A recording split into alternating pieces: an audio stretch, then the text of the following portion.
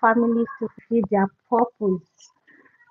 And today we are talking about one of the critical issues, the crisis that has been affecting every part of the society.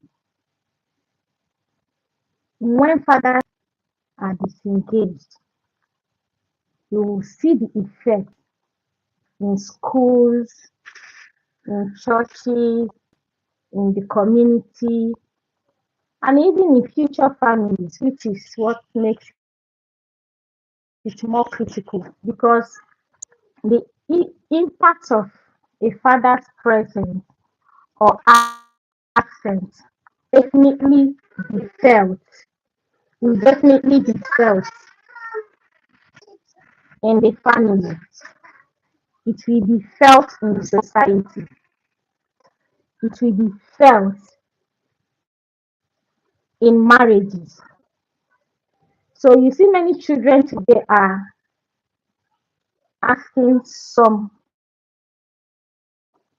questions which points back to the presence or the absence of their family. So when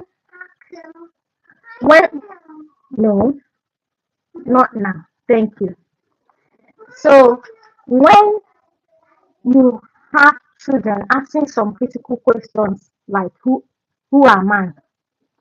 It boils down to their identity, which may be lacking from the impact of whether the father is present or absent.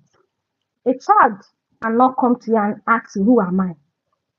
But in their daily life struggles, you see this thing in the life of our children. When children feel the absence of someone believing in them, which is one of the critical reasons why a father must be present, to show their child, to reassure them that they matter and that they believe in them. The presence of a father is felt when you see children having direction. So you see sometimes, of course, this is not good, of course, it's not. It's just a reminder of those areas where fathers are beginning to feel like it is mostly women you see engaging in prayers for children, prayers for families. Why the father is meant to be the priest, the leader, the role model, signifying spiritual authority. Okay, so if a man show a boy how to be a man, not a woman. When a boy is raised by a woman, the difference will be clear. The struggle will be significant because a woman, eh, just like a man cannot be a woman, every child will benefit from the balance that is established between a husband and a wife being present in the life of a child. Of course, we make provision for people who becomes widow or widowers. And that's where we advise people to get a role model or a mentor that will fill in that gap of a father or a mother in the life of your child. Because that balance is there. Women are soft in nature, but you see that position of men, that authoritative position, that sometimes we feel they are harsh, they are tough. That position cannot be replaced and should not be taken for granted.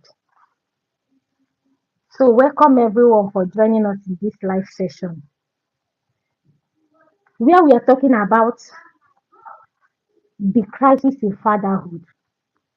Some of the leniencies we see in parenting today is because of the absence of fatherhood position. The father might be there, but his impact is not felt. The research has shown that children whose fathers are involved in their academic do really well.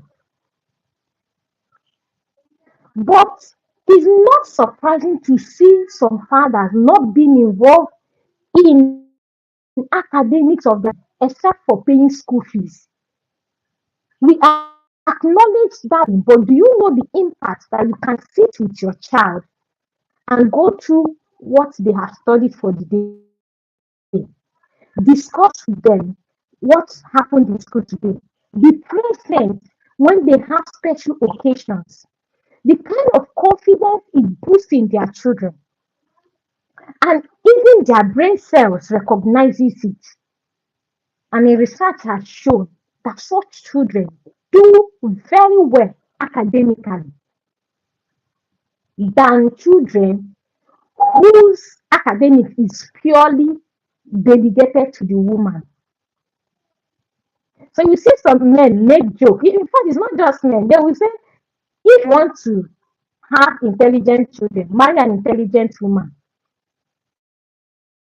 Why it might be reasonable, native impact hold the sole responsibility of the relevance and the impact of academic performance of your child. So your presence as a father, the input, those interests you show on a daily basis in the academic of your children support their academic performance. It boosts their confidence and helps them in doing better than when you leave it to the wife. So today we'll be discussing about the difference between providing and parenting.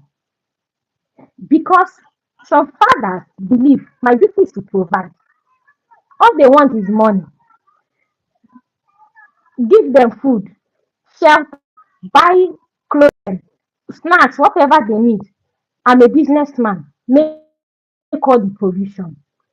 But one of the greatest misconceptions about this in fatherhood is that providing financially does not fulfill your whole responsibility or role as a father, because a woman can also fill in that gap.